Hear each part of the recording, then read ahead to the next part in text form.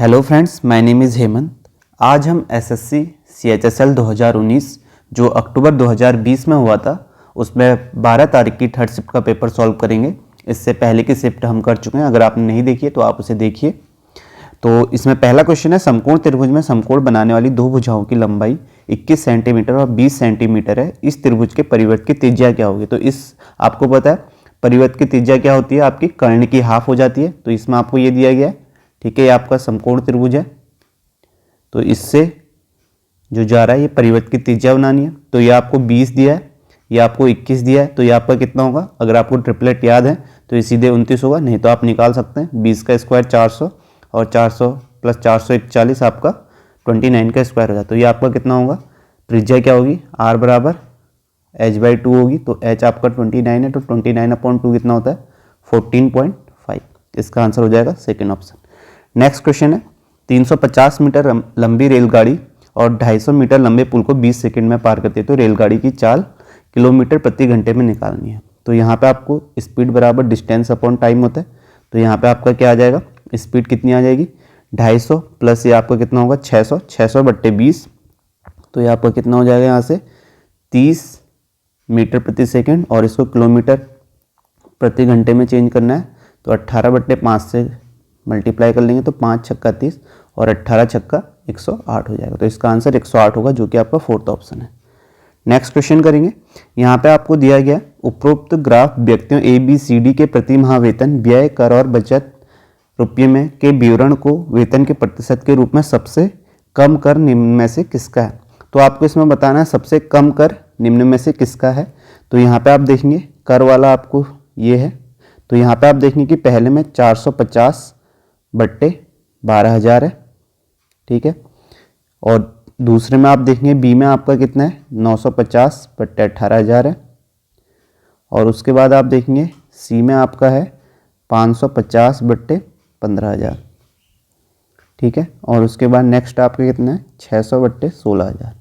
तो यहाँ पे आप देखेंगे कि सबसे कम कर परसेंटेज के रूप में, तो आप देखेंगे इसको सॉल्व करेंगे। अगर आप इसको 100 से मल्टीप्लाई करते हैं, ठीक है, परसेंटेज निकालने के लिए, यहाँ पे आप देखेंगे तो सबसे कम किस में आएगा?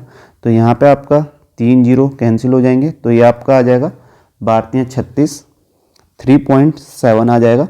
और इसे आप करेंगे तो 3 जीरो यहाँ भी कैंसिल हो जाएंगे, ये 18×5 90 5.2 समथिंग आएगा परसेंट, ठीक है। और यहाँ पे आप करेंगे तो ये भी आपका कैंसिल हो जाएगा। तो यहाँ पे आपका 15×45 3.45 5 10 15 चक्का 3.6 आएगा। और इसे आप सॉल्व करेंगे तो ये कितना आ जाएगा? यहाँ से आपका 16×48 और 12 16×7 112 3.7 आएगा। तो आप देखेंगे कि सबसे कम निकालना है, तो सबसे कम जो है आपका सी वाले ऑप्शन में, तो ये आपका सबसे कम है 3.6 है। तो इसका आंसर आपका क्या हो जाएगा? सी होगा। अगर इसमें अभी नेक्स्ट क्वेश्चन ऐसा भी है, इसमें सबसे ज़्यादा किस में, तो सबसे ज़्यादा आप देखेंगे कर किस में? बी वाले में है। तो उसका आगे क्वेश्चन आएगा तो उसका आंसर आपका बी होगा, ठीक है। यहाँ पे सबसे कम पूछा है तो आपका सी है।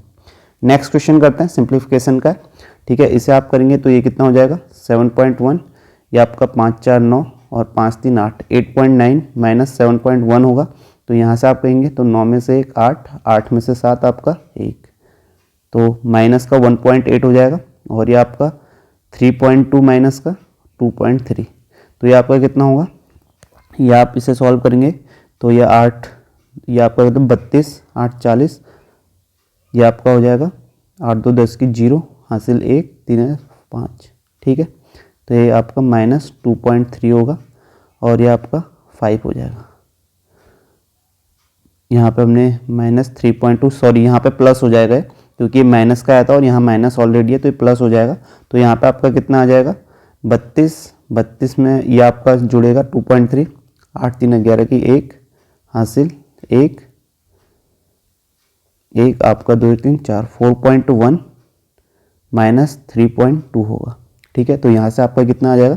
ये आपका आ जाएगा 0.9 आ जाएगा, और बाहर 0.9 है तो 0.9 माइनस 0.9 आपका कितना हो जाएगा? 0 हो जाएगा। इसका आंसर आपका 0 आ जाएगा।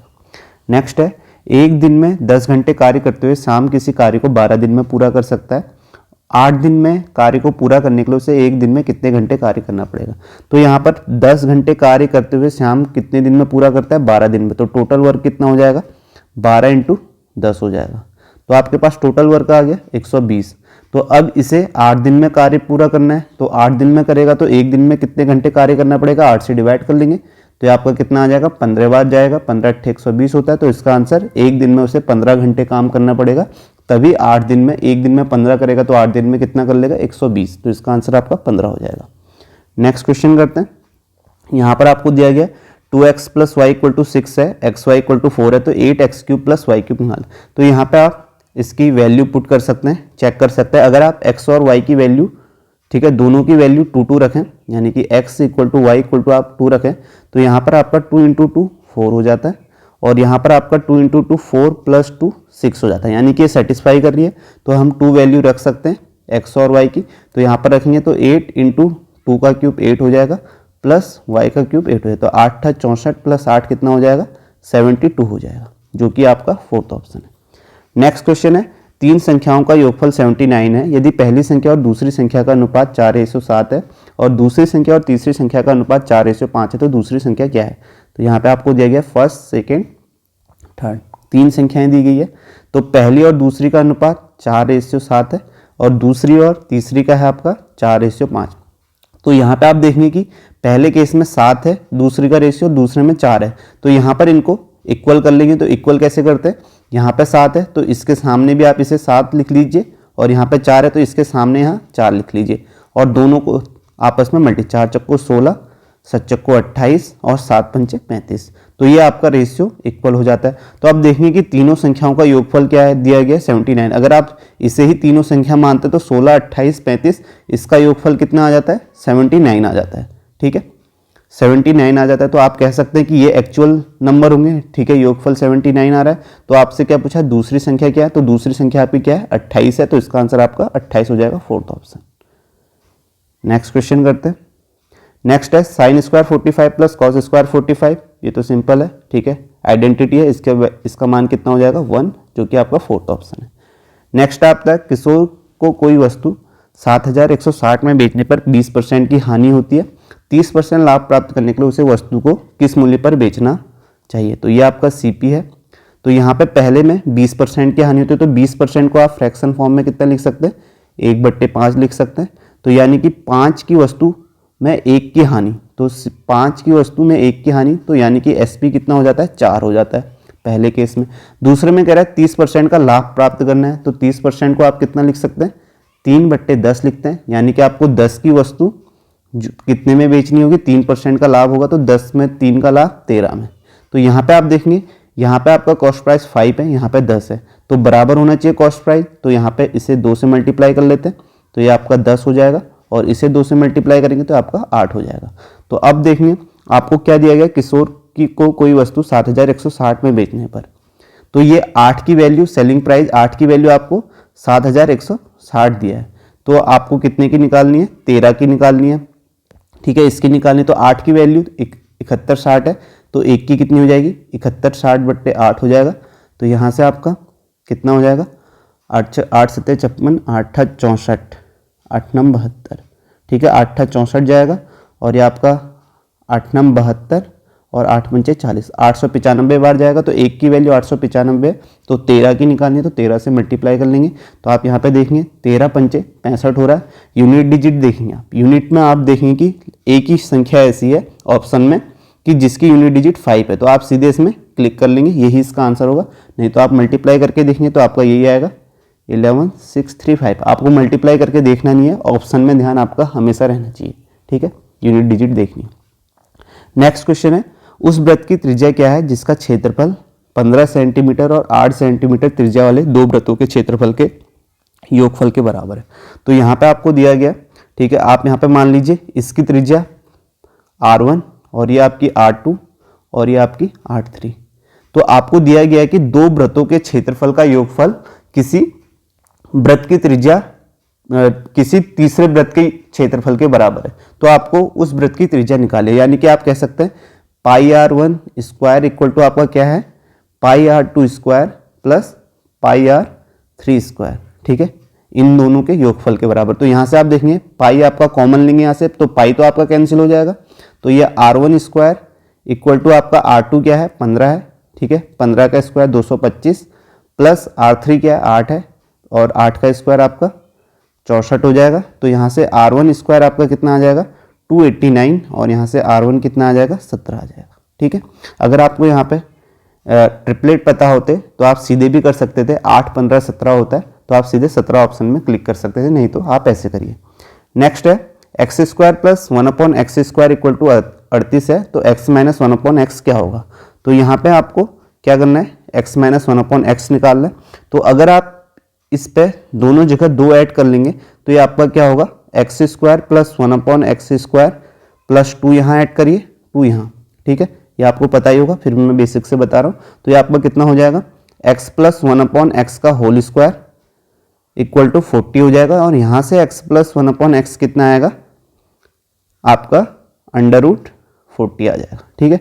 उसके बाद जब आपको पता है x plus 1/x under root 40 होता है, तो आपका x माइनस 1/x कितना होता है, ठीक है, 38 प्लस 2 40, ठीक हो गया यहाँ पे, ये क्या, ठीक है। अगर आपका x प्लस 1/x आपका अंडर रूट 40 होता है, तो x माइनस 1/x क्या होता है, अंडर रूट 40 में से आपको -4 कर देते हैं, वो आपका होता है। तो यहाँ पे x माइनस 1/x क्या आएगा 36 आ जाएगा, ठीक है, 36 होगा, और यहाँ से इसका अंडर रूट 6 हो जाएगा। तो x माइनस 1/x आपका कितना आ गया 6 आ गया, ठीक है। ये जो स्टेप है ये आपने अगर पढ़ा होगा तो आप कर देंगे, ठीक है। x plus 1/x under root 40 में, तो इसमें अगर आपको x माइनस 1/x निकालना पड़ता है तो यहाँ -4 कर देते हैं, ठीक है।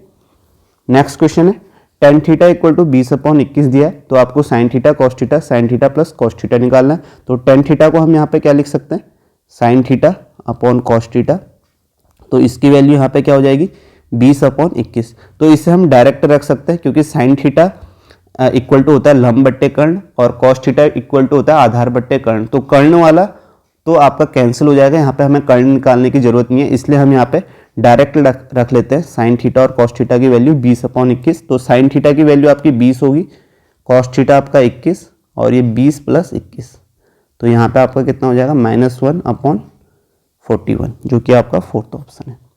नेक्स्ट क्वेश्चन करेंगे। यहाँ पे आपको दिया गया कोई व्यक्ति किसी बैंक में 8,000 जमा करता है, तो वार्षिक 8% साधारण ब्याज का भुगतान करता है, 8 वर्ष बाद मिश्र धन क्या होगा। तो यहाँ पे आपको सिंपल इंटरेस्ट निकालना है, तो 8% रेट दिया है, तो 8 वर्ष तक कितना परसेंट मिल जाएगा, ठीक है। एक साल में 8% मिल रहा है, तो 8 साल में 64% मिल जाएगा। तो 8,000 का आपको कितना निकालना है 64% निकालना है। ये आपको क्या मिलेगा, ये आपको मिलेगा कितना, ये आपको ब्याज मिलेगा। तो इसे निकाल लीजिए, 2 0 से 2 0 कैंसिल, तो आपका 8 चौको 32, 2 3 8 छक 48 और 3 51, 5,120 आपको ब्याज मिलेगा, और 8,000 आपने जमा किया था। टोटल आपका मिश्र धन कितना हो जाएगा 0 2 1 और 8 5 13, 13,120 इसका आंसर होगा। नेक्स्ट क्वेश्चन है 3 वर्ष पहले पति पत्नी और उसके बच्चे की औसत आयु 26 वर्ष थी। 5 वर्ष पहले पत्नी और बच्चे की औसत आयु 20 वर्ष थी। पति की वर्तमान आयु बतानी है। तो 3 वर्ष पहले पति और पत्नी की बच्चे की आयु कितनी थी, औसत 26 थी। तो करेंट में कितनी हो जाएगी 3 वर्ष बाद, तो 29 हो जाएगी, ठीक है। 3 सब में ऐड होगा, तो यहाँ पे आप कह सकते हैं हस्बैंड प्लस वाइफ प्लस सन की एज क्या हो जाएगी, करेंट में पहले 26 थी तो 3 एक्स्ट्रा होगी, तो 29 × 3 हो जाएगी, ठीक है। ये आपका एज इनका सम आ जाएगा। और सेम ऐसे ही 5 वर्ष पहले पत्नी और बच्चे की औसत आयु 20 थी, तो आपका पत्नी और बच्चे की वाइफ प्लस सन की करेंट में कितनी हो जाएगी, 5 वर्ष पहले 20 थी, तो 5 से पहले से हम करेंट में आएंगे तो 25 हो जाएगा, तो 25 × 2 होगा, ठीक है। ये इनका सम होगा इन दोनों का। तो यहाँ पे 29 × 3 कितना आएगा, 3 27 की 7 हासिल 2 3 दूनी 6 6 2 8 87 हो जाएगा करेंट में इन तीनों का एज का सम, और यहाँ पे आपका 50 हो जाएगा। तो आपकी 2 इक्वेशन आ गई, ठीक है। इक्वेशन 1 और इक्वेशन 2 आपको क्या निकालनी है, पति की वर्तमान आयु।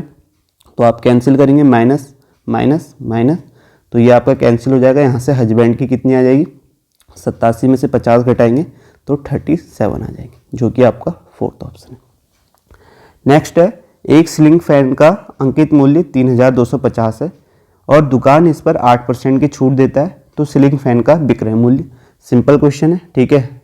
मार्क प्राइस आपको दिया गया 3250, तो यहाँ से आपको क्या करना है, 8% की छूट देनी है, तो 8% की छूट देनी है, तो 3250 का 8% कितना होगा, 1% आप निकालेंगे 32.5 होगा, ठीक है। 1% 32, ठीक है। 10% 325 हो जाएगा, 1% आपका 32.5, तो 8% कितना हो जाएगा, 8 से मल्टीप्लाई कर लेंगे, 8 पंचे 40, 4 8 दूनी 16, 16 4 20, 2 8 3 24, 2 26, 260 हो जाएगा। तो 260 3250 में से घटाएंगे, ठीक है, तो ये आपका कितना हो जाएगा, आपका हो जाएगा 2990, ठीक है। ये आपका सेलिंग प्राइस हो जाएगा, जो कि आपका थर्ड ऑप्शन है। नेक्स्ट है x का 22% इक्वल टू y का 30% है, तो y रेशियो x क्या होगा, तो x इंटू आपको 22% दिया है इक्वल टू y इंटू 30% दिया है, तो यहाँ से परसेंट कैंसिल हो जाएगा, y अपॉन एक्स निकालना है, तो y अपॉन एक्स कितना हो जाएगा, यहाँ पे 22/30 हो जाएगा, इसे आप करेंगे 11/15 हो जाएगा, जो कि आपका सेकेंड ऑप्शन है। नेक्स्ट आपका है, ठीक है, यहाँ पे आपको क्या निकालना है, DI का है, तो यहाँ पे आपको निकालना है वेतन के प्रतिशत के रूप में सबसे अधिक बचत निम्न में से किसकी है। सबसे अधिक बचत निकालनी है, तो आप बचत वाला लास्ट ऑप्शन है, तो आप देखेंगे पहले में 5550 अपॉन 12000 है, ठीक है, और नेक्स्ट में आपका कितना है 9550 अपॉन 18000 है, और उसके बाद आपका है 8900 अपॉन 15000 है, और उसके बाद आपका है 9400 अपॉन 16000 है। तो आपको सबसे अधिक निकालना है, तो सबसे अधिक निकालना है, तो यहाँ पे आप देखेंगे 10% है 1200, 10% 1200 है, तो आपको इतना निकाला, तो ये लगभग आपका 50% से कम, यानी कि ये आपका 46% के आसपास है, ठीक है, 46% के आसपास है। और नेक्स्ट यहाँ पे देखिए 1800 आपका 10% हो जाएगा, तो आपका 9550 है, तो ये आपका 18000 का 50% आपका 9000 हो जाएगा, तो ये आपका 50% से ज़्यादा है, 550 18 54, ये आपका 53% के आसपास है, ठीक है। उसके बाद आप इसे निकालेंगे 1500 आपका कितना हो जाएगा, 1500 10% हो जाएगा, तो 15 छक्का 90, यानी कि 9000 60% होगा, तो ये 60% से थोड़ा कम है, यानी कि आपका 59% के आसपास है। और इसे आप निकालेंगे तो यहाँ पर आपका कितना आएगा, ये आपका 58% के आसपास आएगा, ठीक है। तो आपको बताना है सबसे अधिक बचत किस में, तो सबसे अधिक बचत किस में, सी में है 59%, तो इसका आंसर थर्ड हो जाएगा, ठीक है। कैलकुलेशन आप कर सकते हैं। नेक्स्ट क्वेश्चन है, वेतन के प्रतिशत के रूप में सबसे अधिक कर निम्न में से किसका है। तो अभी मैंने आपको बताया था, जब मैंने थर्ड क्वेश्चन किया था तो उसमें बताया था कि सबसे कम जो है वो आपका किस में था, आपका सबसे कम सी में था, और सबसे अधिक कर किस में आया था, आपका बी में आया था। तो सेम क्वेश्चन है, यहाँ पे सबसे अधिक निकालना है, तो इसका आपका सबसे अधिक 5.2 आया था, तो आप यहाँ पे कह सकते हैं कि इसका आंसर क्या होगा, बी ऑप्शन होगा, तो यहाँ पे आपका इसका आंसर बी होगा, ठीक है, आप देख भी सकते हैं। नेक्स्ट है 13 सेंटीमीटर 5 सेंटीमीटर त्रिज्या के दो संकेंद्रित वृत्त हैं, बड़े वृत्त की जीवा की लंबाई ज्ञात करें जो छोटे वृत्त को स्पर्श करती है। तो ये आपको दिया गया है, दो संकेंद्रित वृत्त हैं, ठीक है। तो यहाँ पे आपको निकालनी है जो ये जीवा की लंबाई निकालनी है जो यहाँ पे आपको संकेतित करती है।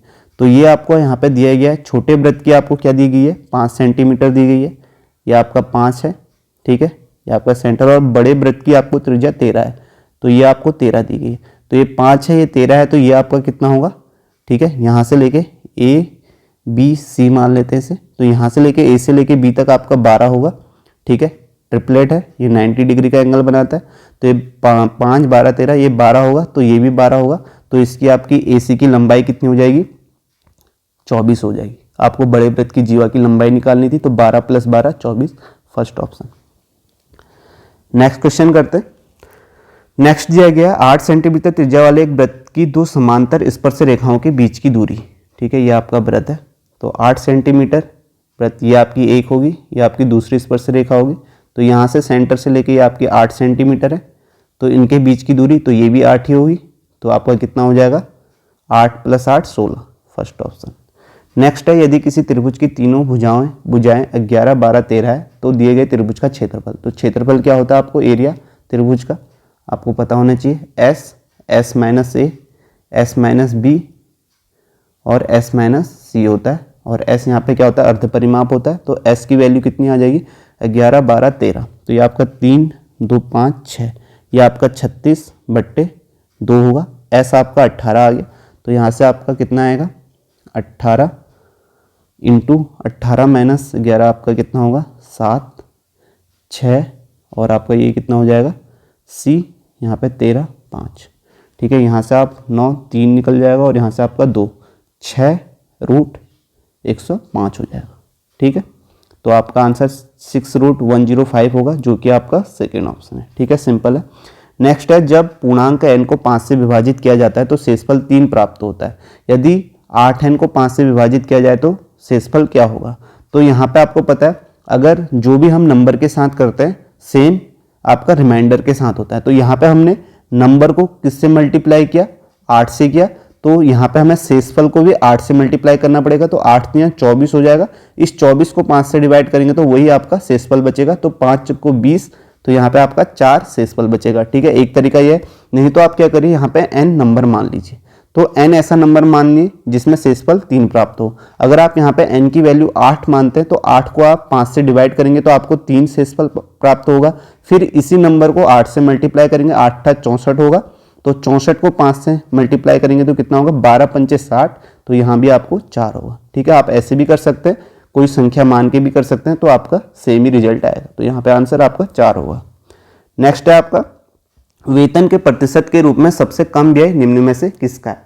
तो यहाँ पे आप देखेंगे सबसे कम व्यय, तो पहले वाले में ए में आपका 6000/12000 है। ठीक है, ये लगभग 50% के आसपास है। ठीक है, लगभग नहीं, करेक्ट है। ठीक है, 12000 का आधा 6000 होगा।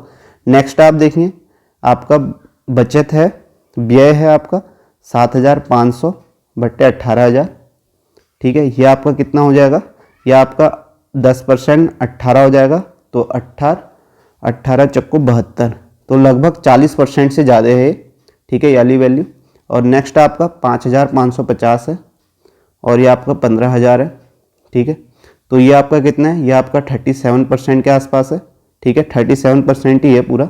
और नेक्स्ट आपका 6000/16000 है, और ये आपका, इसे आप निकालेंगे तो 37.5% के आसपास आएगा। तो आपको सबसे कम व्यय निकालना, तो सबसे कम व्यय आपका सी में है 37%, तो इसका आंसर आपका सी हो जाएगा। नेक्स्ट क्वेश्चन करते हैं, यदि दो संख्याओं का योगफल आपको 11 दिया गया और उनके वर्गों का योगफल 65 है तो उनके घनों का योगफल। तो यहाँ पे आप क्या कर सकते हैं, कोई दो संख्या सोच सकते हैं। ठीक है, जिनका सम आपका 11 आए और योगफल आपका कितना है, वर्गों का 65 आए। अगर यहाँ पे आपके दो संख्या x और y मान लेते हैं। ठीक है, x की वैल्यू अगर आप 7 लेते हैं और y की वैल्यू आप 4 लेते हैं, और यहाँ पे आप देखें कि इनका x + y आपका कितना आ रहा है, 11 आ रहा है, और इनके वर्गों का योग, ठीक है, x² + y² आप देखेंगे तो कितना आ रहा है, 7 का स्क्वायर 49 + 4 का स्क्वायर आपका 16, ये आपका कितना आ रहा है, 65 आ रहा है। यानी कि ये वैल्यू सेटिस्फाई कर रही है। तो इनके घनों का योग क्या हो जाएगा, x³ + y³ कितना हो जाएगा, 7 का क्यूब 343 + 4 का क्यूब 64। ठीक है, तो ये आपका कितना हो जाएगा, 4 3 7, 6 4 10 की 0 1, ये आपका 407 हो जाएगा। ठीक है, यहाँ पे आप वैल्यू पुट करके कर सकते हैं। अगर आपको ये नहीं पता होगा तो आपको वैल्यू यहाँ से फॉर्मूले से करना पड़ेगा, वो भी इजी है लेकिन उसमें टाइम कंज्यूमिंग होगा। आपको ये जरूर ध्यान रखना है, पहले आप वैल्यू पुटिंग से आप कर सकते हैं इसे। नेक्स्ट क्वेश्चन है, sin x = 12/37 दिया है तो tan x से बताना है। तो ये आपका सिंपल है। ठीक है, यहाँ पे 888 आपको पता होनी चाहिए। तो लंब बट्टे कर्ण, ये आपकी 12 है, ये x है, ये आपका 12 है, ये आपका 37 है, तो ये आपका कितना होगा, 35 होगा। ठीक है, यहाँ पे आपको tan x निकालना है। तो tan x क्या होता है, आपका लंब बट्टे आधार होता है। ठीक है, tan x आपका लंब बट्टे आधार, तो यहाँ पे 12 है और आधार आपका कितना है, 35 है, तो 12/35 हो जाएगा आपका थर्ड ऑप्शन। तो यहाँ पे ये शिफ्ट खत्म होती है। इसके बाद हम इससे आगे वाली शिफ्ट भी करेंगे।